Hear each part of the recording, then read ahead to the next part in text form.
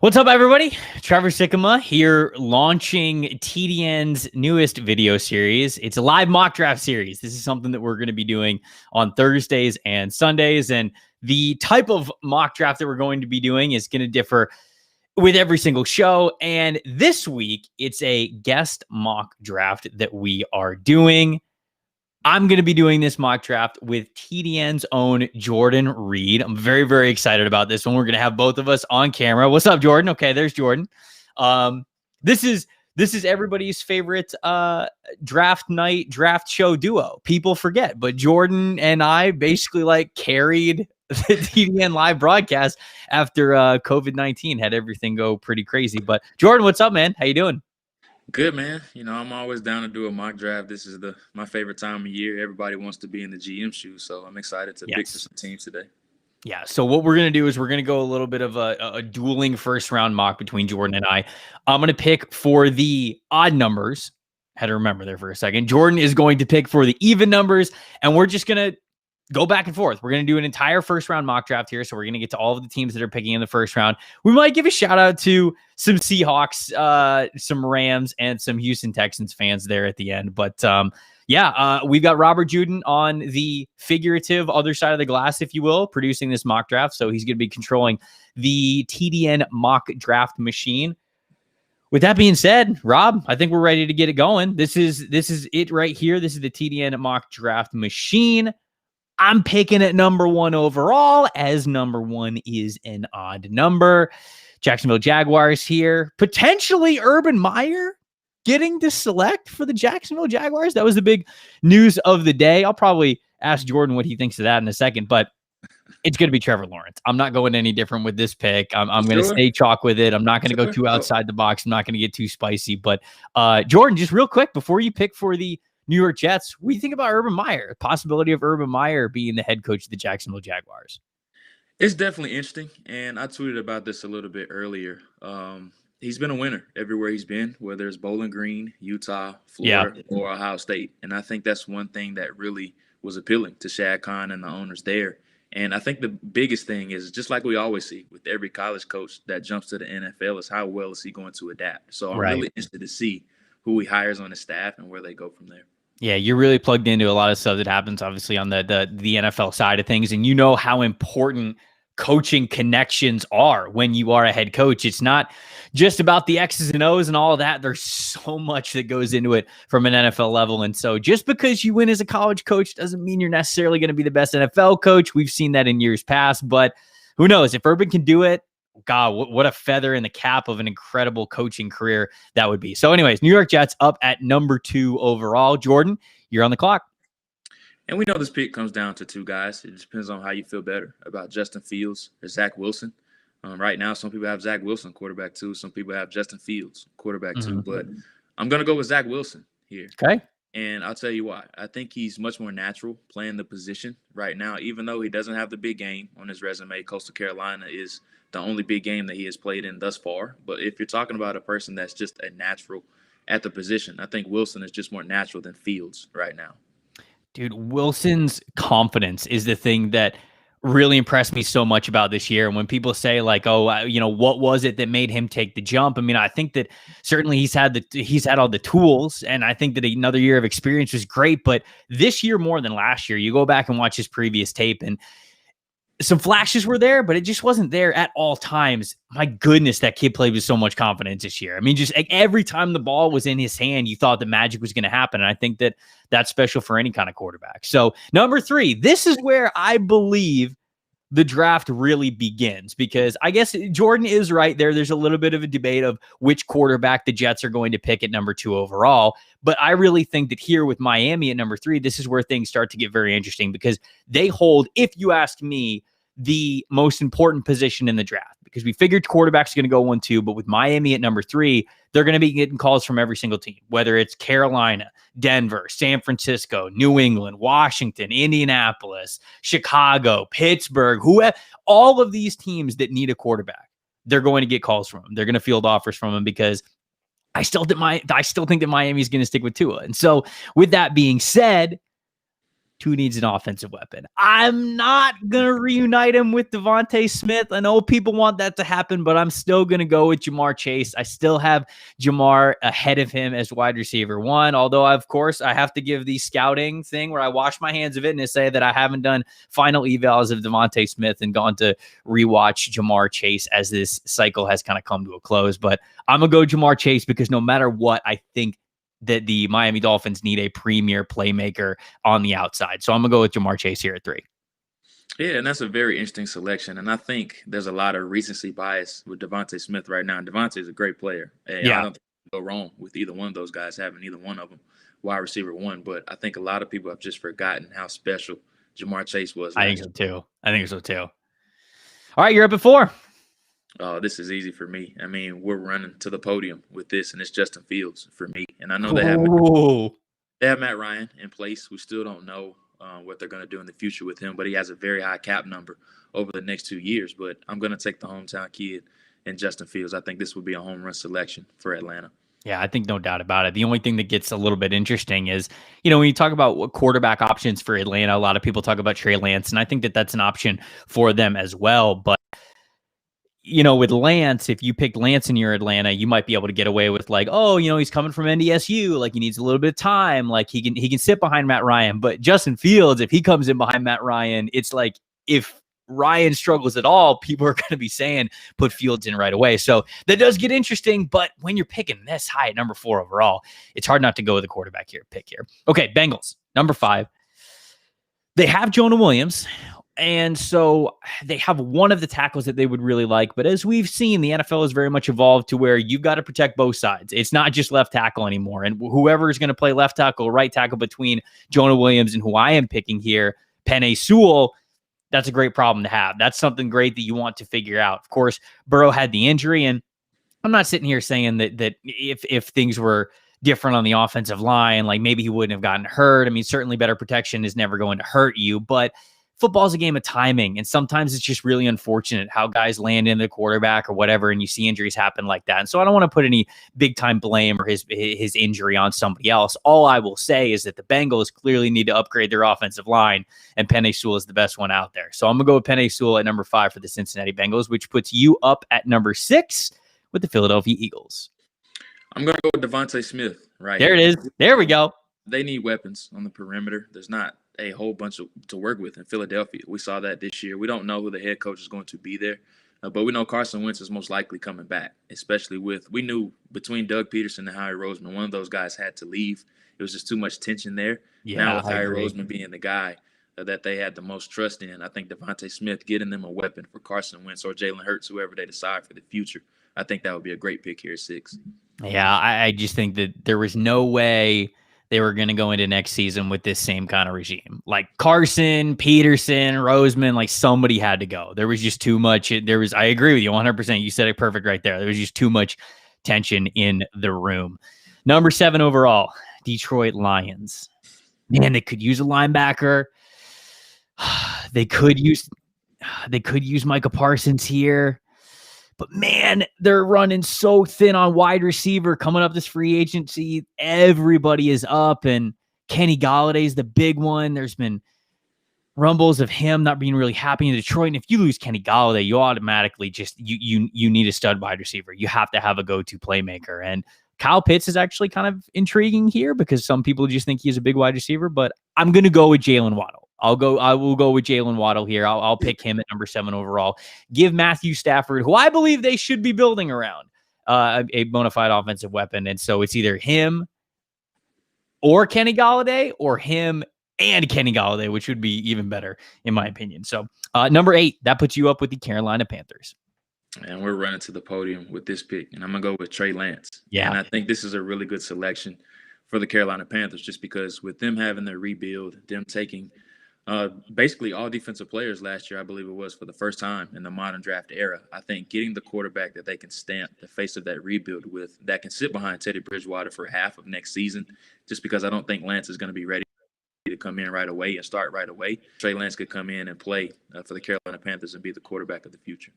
Yeah, you've had 2 run to the podium kind of picks here with Justin Fields at 4, and then with Trey Lance going to the Carolina Panthers. A little bit of breaking news. We might as well say it on here. The Jacksonville Jaguars have their man. They have named Urban Meyer the new head coach. And so what we predicted and what we talked about a few minutes ago, that actually came to fruition. And so it's just very interesting seeing what could be here with Urban jumping to the NFL.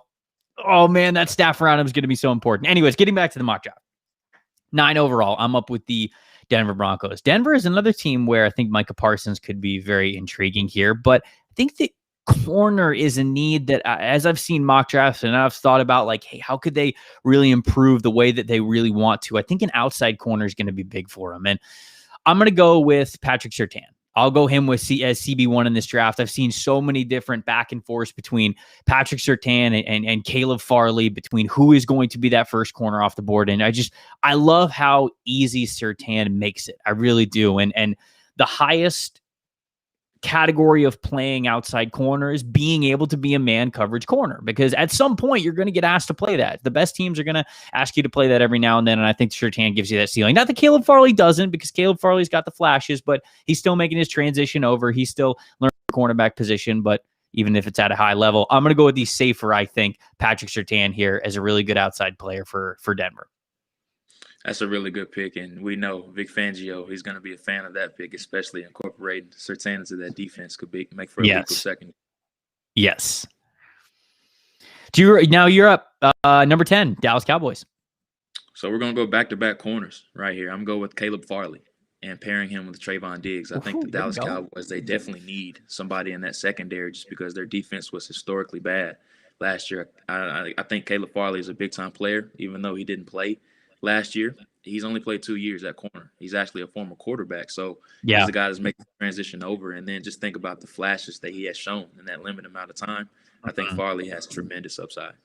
He's good, man. Anytime you have one of those players who is like, oh, he hasn't played the position that long, but he gave you a lot of flashes. Like, I don't want to say it's the exact same thing, but this is what made me fall in love with Paulson Adebo last year, before he kind of had his struggles and before he kind of took his ups and downs with playing corner. As you look at him, you go, wow, former wide receiver. He's got the ball skills. He had that one-handed interception, and he made you fall in love with him. So it's easy to see why a lot of people love Farley, because he's got that size, he's got that athleticism. He's so smart for the position, I think. And so I agree. That's something that could really help out the Dallas Cowboys. 11, New York Giants. Edge, linebacker. I'm not going to do it. I'm not going to make the Gettleman pick. I'm not going to go linebacker. We've talked about Micah Parsons for like every time I've been on the clock, but I'm not going to do it. Edge rusher, wide receiver. If a good wide receiver was here, I'd be very tempted. To make that pick. But I'm going to go with an edge rusher.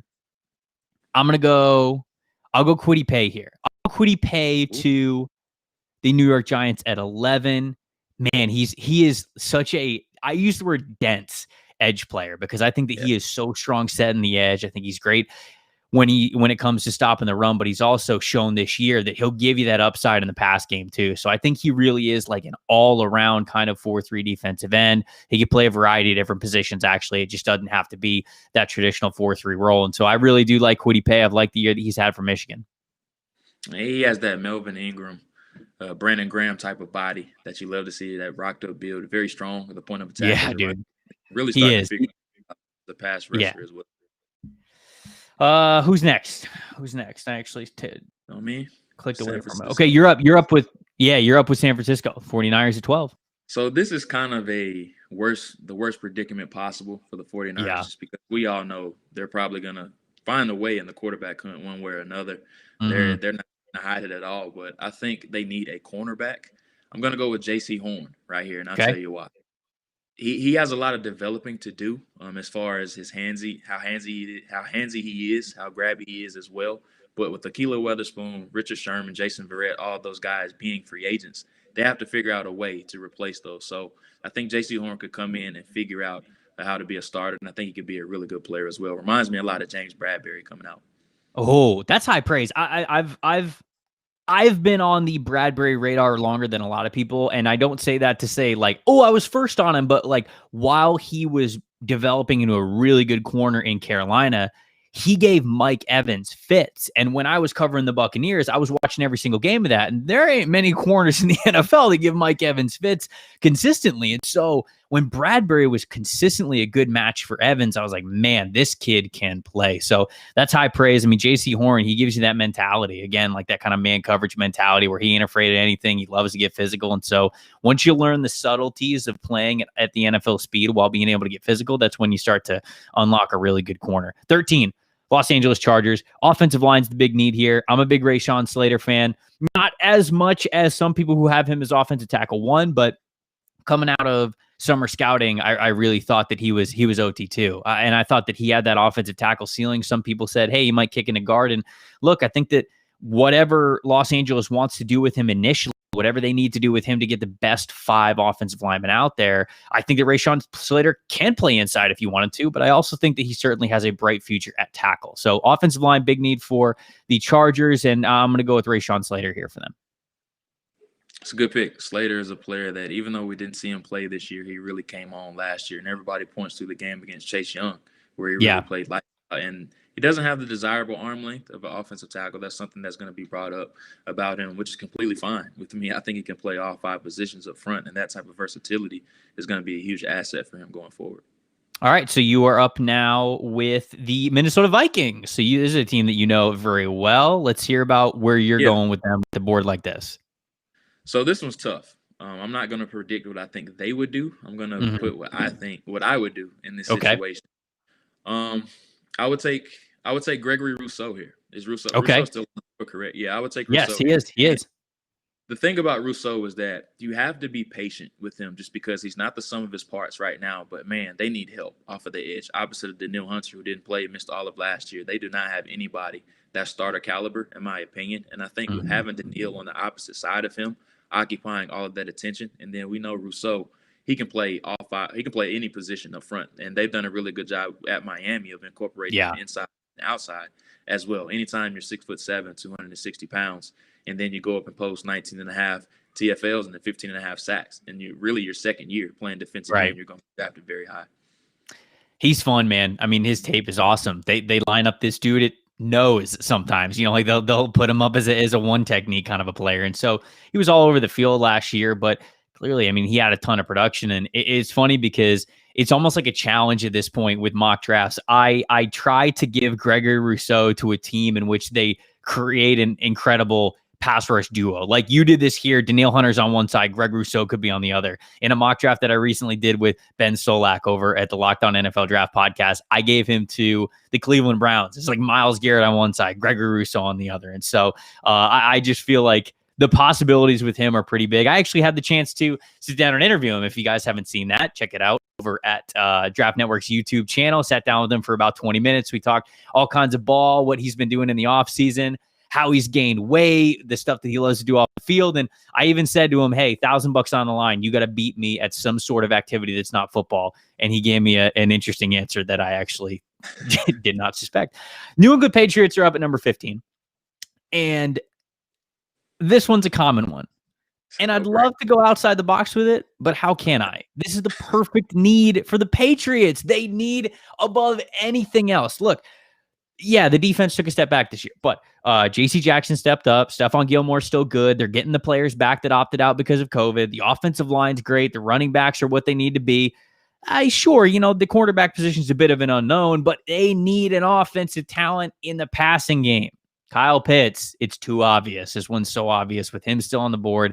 I think that this is it's the most commonly mocked pick outside of Trevor Lawrence to the Jacksonville Jaguars, but I think it makes too much sense, this pairing of the Patriots and Pitts.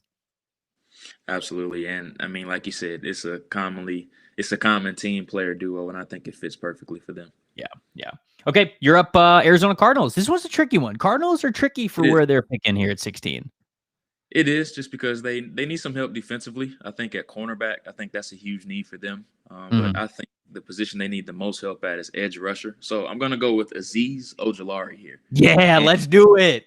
I think he has the potential to be one of the best defensive players in this draft class, not just at the position, just because he's only a redshirt sophomore. He has the production that you're looking for. And then he ended the year really good. I mean, he was on the tear against Cincinnati. And I know he was playing against a backup offensive tackle in that game, but him to take over that game like that, I think it shows just the type of upside that he can have in the future.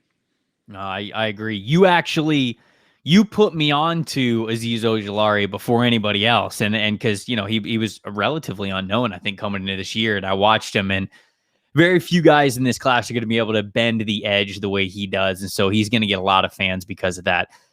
Las Vegas Raiders are up at number 17. I'm up here. Micah Parsons is still on the board, and I do think that they have a linebacker need.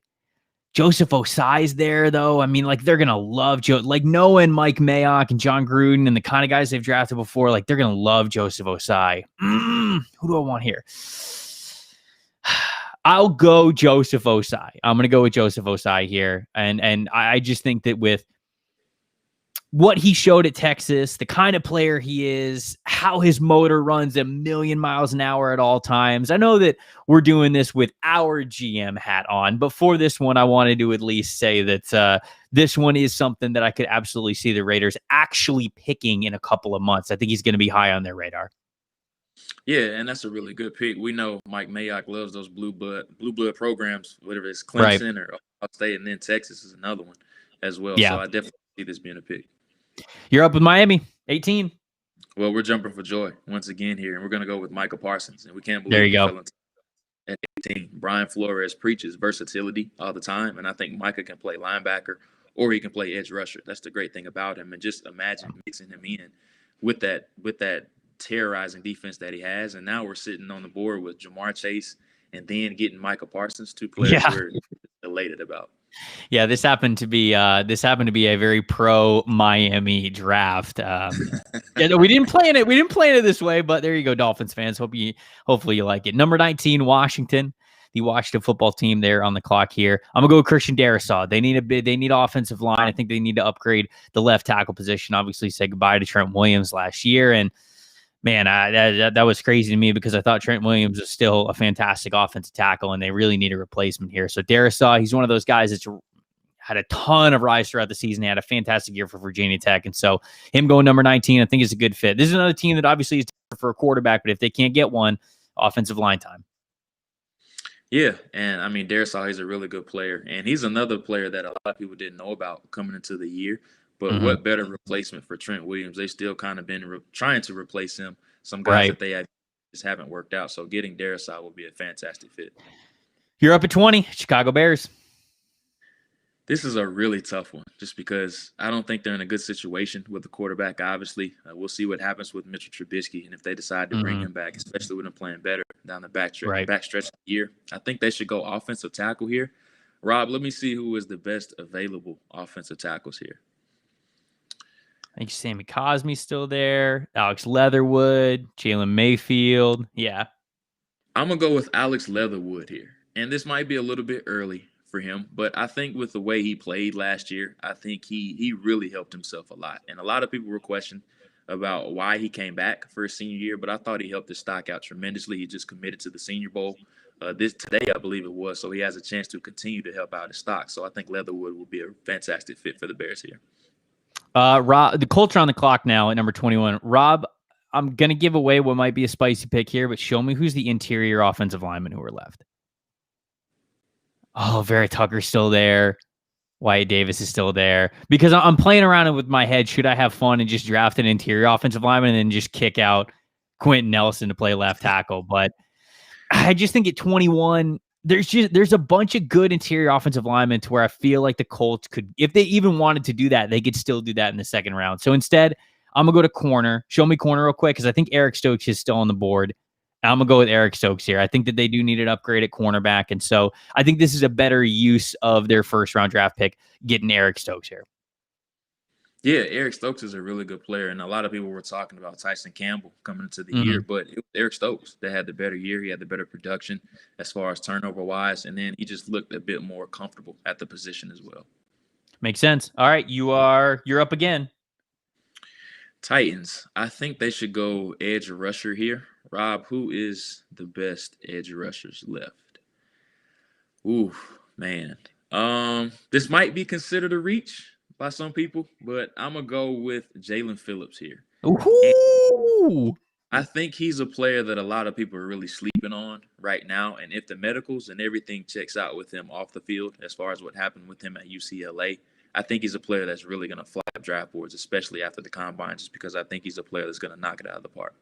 Yeah, I mean, like he former number 1 overall recruit for a reason. You know, he's extremely talented. It's just been a winding road for him to get to this point. And if you watch the flashes of him kind of here at the end of Miami, you understand why this could be good for him. New York Jets, of course, they picked Zach Wilson up at number 2 overall. Who the wide receivers? Who we got at wide receiver? Rashad Bateman, Terrace Marshall, Kadarius Toney. Oh, Rondale Moore is still there. I don't want to pick a corner. Who's left at edge? Who's left at edge rusher? Edge rusher, Carlos Basham, Jason Noah. Nah, I'm gonna go with wide receiver. I'll go Kadarius Toney. Let's have a little bit of fun here. Let's give Zach Wilson a very unique weapon, and let's just build the passing arsenal as much as we possibly can as we usher in the new quarterback. Yeah, I mean, that's a really good pick. We know they need help in that area, so I like this pick a lot. All right, you are up with the Pittsburgh Steelers at 24, which is a very interesting one now. I think it has to be offensive line, right? Let's see who's left. Offensive tackle. Unless you want Mac Jones. Unless you want to pick Mac Jones. Cosme doesn't really fit them as far as what they try to do. They like a more ground and pound type of approach. That's too big of a reach. Let's see the corners that are left. Think they could go there. No. Campbell's probably there up their alley, I think. Yeah, but I think so. Depends if you want to pick Campbell at 24, you know. Let's have some fun. I'm gonna go with Najee Harris here. Oh, yes. Love it. Got him selecting Najee Harris. Every year we see a running back go a little bit higher. Right. I know, I agree. And I know they need offensive line help, and I think they can get that in later rounds just because just like with running back, they can get in later rounds. But I think there's a huge drop-off in this running back class after what I think is the first 2 tiers in ATN, Harris, and then Javonte Williams, and then some others. So they could go offensive line, but I'm going to go ahead and get Najee Harris here. Look, I'm with you. And anywhere we mock Najee Harris, the fan base is going to go, you don't need to pick a running back that early. You don't, but I think you and I both know that Najee's probably going to be a first rounder when it's all said and done. So, you know, right now here in January, it's not like we're saying that this is for sure going to happen, but we are putting this on your radar. Like, these are the teams that could potentially pick Najee Harris. And certainly the Steelers have a big running back need. They have a big offensive line need as well. So they could easily go offensive line like Jordan said. But anyways, Jaguars back on the clock. Now officially Urban Meyer making the selections for the Jacksonville Jaguars. That wasn't the case when we started this mock draft. So how about that? They've already picked Trevor Lawrence at the top. Offensive weapons still could be in need. Offensive tackle, though, depending on what they do with Cam Robinson, this could be an offensive line pick. And let's go under the assumption that that's the case. I'll take Samuel Cosme, the offensive tackle from Texas.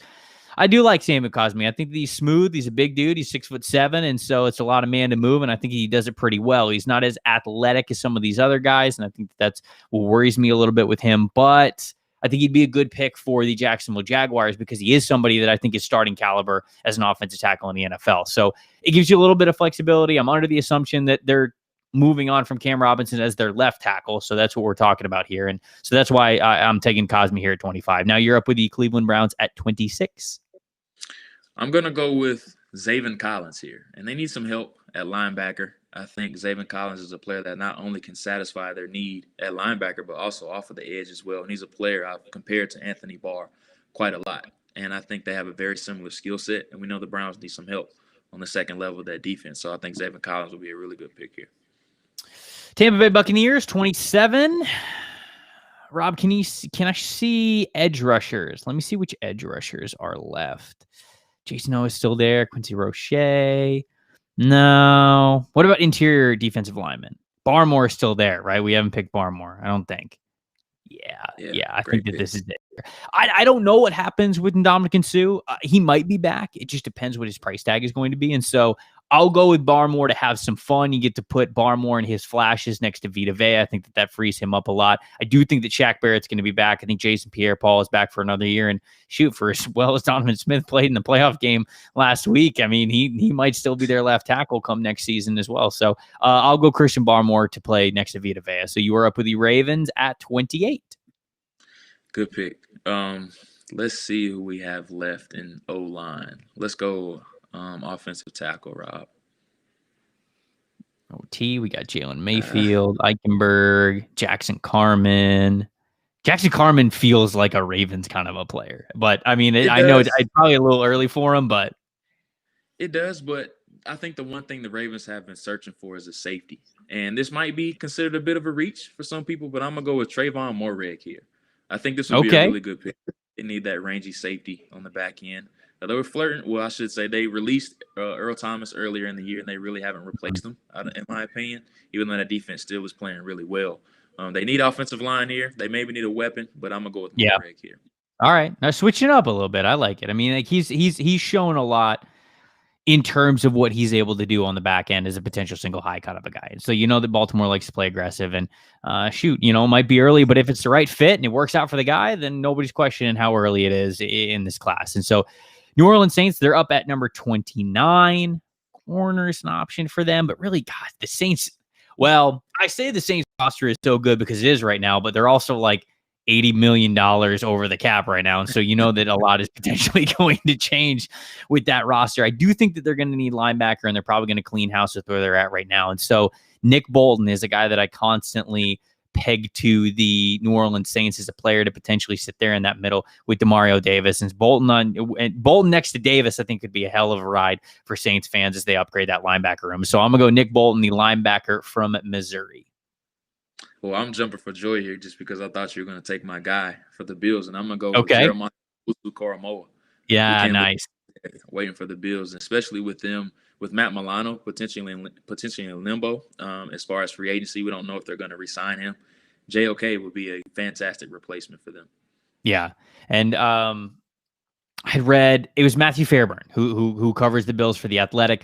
He talked about how much research the Bills did on Kyle Duggar and a lot of those hybrid safety linebacker players in last year's draft. So I think that that's still going to be on their radar this year. And Owusu-Koramoah is a good one if they can get their hands on him. Green Bay Packers at 31. I'd love to beef up the middle of the trench. I just don't know if there's an interior defensive lineman who's worth it. Can we go to interior defensive line? Who we got? Who do we got interior defensive line? I like Tufele would be nice. I've seen that you've mocked Davion Nixon into the first round. I have not watched enough of him yet. Tell me about him. Would he fit here for Green Bay for what they want? Absolutely. And I think him beside Kenny Clark, that would be a really good fit. Now, your explosive, penetrating type of guy. Not super good against the run, but against the pass, he's ferocious. Oh, man.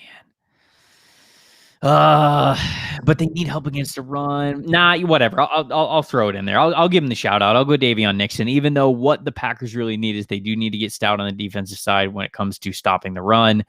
I think that Nixon gives you, if you said him next to Kenny Clark, that encourages me that at least he'll give him a good upside when it comes to better trench play all around. So I'll go Davion Nixon here for the Green Bay Packers at 31, which puts you up with the final pick of this mock draft, Kansas City Chiefs at number 32. Yeah, and I'm surprised that this guy fell this far, and it's Elijah Vera Tucker. I'm going to go with him here. I think this would be a really good pick for the Chiefs, especially with them needing offensive line help. They could go receiver. I think they're going to wait on that, so I think Elijah Vera Tucker would be a really good pick here.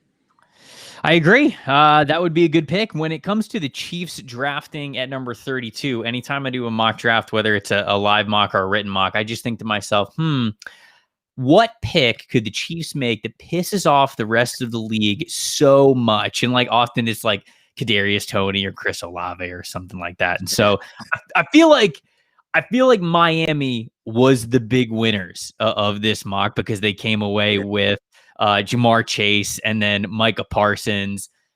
I liked giving Patrick Surtain to the Denver Broncos as well. The quarterbacks I thought went to great spots. Of course, Lawrence went number 1. You had Zach Wilson going number 2. You had Justin Fields going number 4. And you had Trey Lance. You got to pick for 3 of the 4 quarterbacks. What the heck is up with that? So you got to give them in some pretty good spots, though. So I did. I think that was a pretty good mock draft. We gave some good teams some good prospects.